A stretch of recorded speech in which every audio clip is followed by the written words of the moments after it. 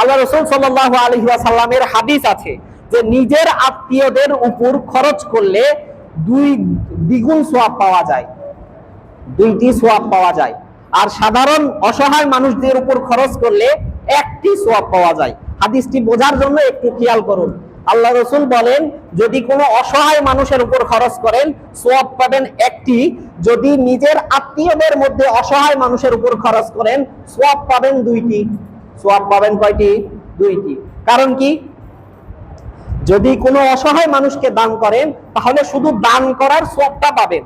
একজন অসহায়কে আপনি সাহায্য করলেন, এই সওয়াব আল্লাহ আপনাকে পরিপূর্ণভাবে দিবে।